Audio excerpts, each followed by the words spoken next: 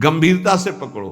चैन नहीं मिल सकता, शांति नहीं मिल सकती, अमर पद नहीं मिल सकता। तुम भटकते रहोगे, क्लेशित होते रहोगे, भयभीत होते रहोगे। भटकना जन्म मरण।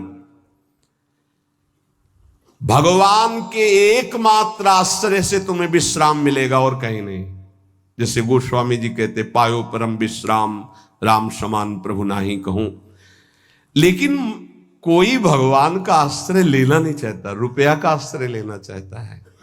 वस्तु का बल, पद का बल, परिवार का बल, देह का बल, समाज का बल। तब तक भगवान के दर्शन हो जाए, लोग बातें बनाते समझते नहीं।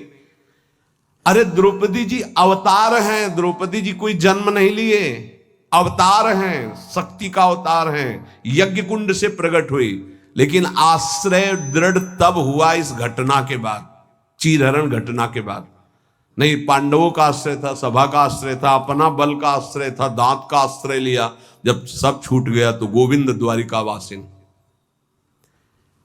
ये चीज समझने, कल कुछ संत भगवान आए थे, उनसे यही चर्चा हो रही थी कि आश्रय तत्व पर दृष्टि रखो। कहां आश्रय है तुम्हारा?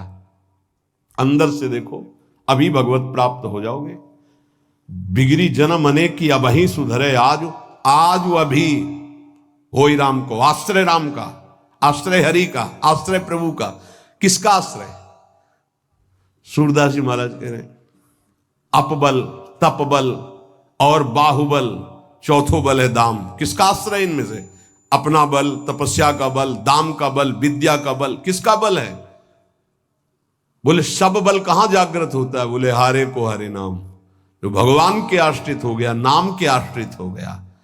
ये जितने आश्रय ये टिकाऊ नहीं है, प्रत्युत ये तुम्हें भ्रमित करके तुम्हारे समय को नष्ट करने वाले हैं। जिसने धन का आश्रय ले लिया, पतन है, शास्त्र कह रहा है। क्यों पतन है?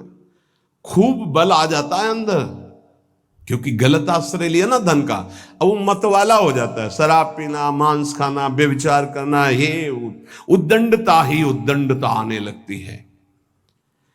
अब भगवत आश्रित और धन आ गया तो उसका धन दूसरी जगह जाता है, क्योंकि आश्रय सही है। अस्पताल खुलवा दिया, पौशाला, संत सेवा, गौशाला, नाना प्रकार की धार्मिक वृत्तियों के द्वारा दूसरों को सुख पहुंचाना। क्यों? क्योंकि आश्रय बढ़िया है। केवल धन का आश्रय है तो सब दोष आ जाते हैं। इतना ही नहीं, शुभ कर्मों का आश्रय बन जाता है, साधना का आश्रय बन जाता है। अपनी साधना, रोज परिक्रमा लगाता हूं, रोज ये करता हूं, ये करता हूं। देखो दिखाई दे रहा है भक्त, भगवान। भक्त का मतलब होता है भगवान का आश्रय।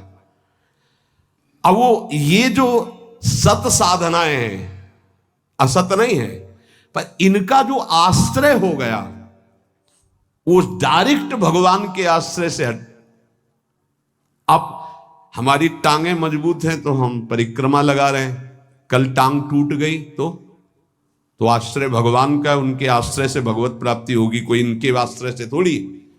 लेकिन अगर वो आश्रय लिया है तो फिर लगेगा हमसे कोई साधना ही नहीं हो रही, आप असंतुष्ट हो जाएंगे। एकमात्र भगवान का आश्रय। तभी कह रहे बिगड़ी जन्म अनेक की अबही सुधरे आज। अभी इसी क्षण सुधार हो जाएगा, अभी इसी क्षण बात बन जाएगी। अनेक जन्मों की बिगड़ी क्या? आश्रय केवल प्रभु का, मामुपाश्रिता। भगवत प्राप्ति की साधना का भी आश्रय नहीं। ध्यान दो, ये बड़ा सूक्ष्म। आश्रय केवल प्रियालाल का। साधना बन रही बढ़िया, कल साधना ना बने, ऐसे रोग हो जाए, ऐसी शरीर की स्थिति हो जाए, ऐसी मना स्थिति हो जाए तो हमें भगवत प्राप्ति नहीं होगी क्या? होगी। बोले क्यों होगी? तुमसे कोई साधन तो बनता नहीं। बोले हमने साधन का आश्रय नहीं लिया, हमने तो प्रियाजू का आश्रय लिया। सर्वेषु साधन वरेषु चिरम निराशा। बात समझना, ये आंतरिक है, आध्यात्मिक। भरोसा केवल प्रभु का, आश्रय केवल प्रभु का, इसी से भगवत प्राप्ति होती है। पूर्व में जब प्रथम बोलना शुरू हुआ था मुरारी से, उनसे यही आश्रय तत्व पर केवल चर्चा होती थी। आश्रय को समझिए। अगर आश्रय साधन का, तो भोग साधन का होता है। साधन सुख का भोग होता है, इसीलिए यह गुण साधनते नहीं, बड़ा सूक्ष्म। तो अब जैसे अल्पज्ञ साधक है तो सोचता है कि फिर तो साधना ही नहीं करनी चाहिए। तो अभी तक आप कर रहे थे क्या? आपसे करवा रहे थे जिनके आश्रित हो। ऐसे भाव में आओ।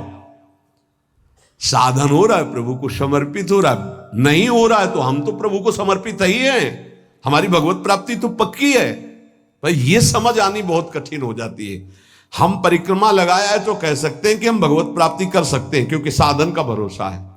अगर नहीं लगा पाए तो हमारे भरोसा में कमी हो जाएगी। आप आखिरी बात समझ लीजिए, यदि आपने अंदर से आश्रय हमारे प्रियालाल का ले लिया और कुछ नहीं बन रहा तो भगवत प्राप्ति हो जाएगी। हमारी बात समझ लेना, ये हम बहुत समझी सोची हुई बात कर रहे हैं। आश्रय आपका कहां है? एक क्षण के आश्रय को प्रभु बहुत बड़ा मान लेते हैं, ध्यान रखना। जब बाली जी का भगवान ने प्रहार करके वध किया तो आखिरी श्वासें बाली जी की भगवदाकार थी, पर भगवान से बड़ा छुपा के वचन बोले, हृदय प्रीति मुख वचन कठोरा, और भगवान की तरफ देखकर कहा, मैं बैरी सुग्रीव प्यारा, कारण कवन नाथ मुहि मारा। हम दोनों भाई हैं, हमें अपने भाई की हर चेष्टा को पता है, जैसा मैं वैसा मेरा भाई। बहुत बड़ा भजनानंदी नहीं, हम जानते हैं, बचपन से साथी है, और मैंने कभी आपका विरोध नहीं किया। आपने मारा क्यों मुझे? जो सूक्ष्म बात भगवान, तुम ये जानते थे कि सुग्रीव मेरे आश्रित हो गया है? अरे अभिमानी, मेरे आश्रित का वैरी मेरा वैरी होता है। तो कितने दिनों के आश्रित हुए थे सुग्रीव जी? कोई माला चलाई थी, ध्यान किया था, तपस्या की थी, और निष्काम आश्रय नहीं था, सकाम आश्रय था। बाली मारा जाएगा, मैं किष्किंधा का राजा बनूंगा, और जब राजा बन गए महाराज जी, राम जी प्रवर्षण पर्वत पर रहे, एक दिन भी दंडवत करने न दिन में गए न शाम के गए, 4 महीना नहीं गए। फिर वहां से भयभीत वाले वचन जब भगवान लक्ष्मण जी को जाके बोल दो कि जो बाली को वही बाण तूड़ीर में है उसमें, तब आके दंडवत, नाथ विषय हरि लीने से क्या ना। हम आपको बात बता रहे हैं प्रमाण सहित। भगवान ने जो वचन कहे उस बहुत मानने और समझने वाली बात। तुम जानते थे कि सुग्रीव मेरे आश्रित हो गया। अरे अभिमानी, तुम मारना चाहता मेरे आश्रित का वैरी मेरा वैरी, मेरे आश्रित का मित्र मेरा मित्र, इसलिए मैंने तुम्हें मारा। फिर वो आगे की जो बात अनुज बधु भगनी सुत नारी व्यवहारिक की बात कही, आंतरिक बात जो कही, मेरा शरणागत मेरे आश्रित। अन्य आश्रय टिकाऊ नहीं है, पहले दिमाग में रख लो। यहां तक कि साधना का आश्रय भी। इसीलिए सर्वेषु साधन वरिष्ठ चिरम निराशा। साधना का आश्रय साधन का भोग करवाने लगता है। साधन का भोग क्या होता है? एक अहम में सुख।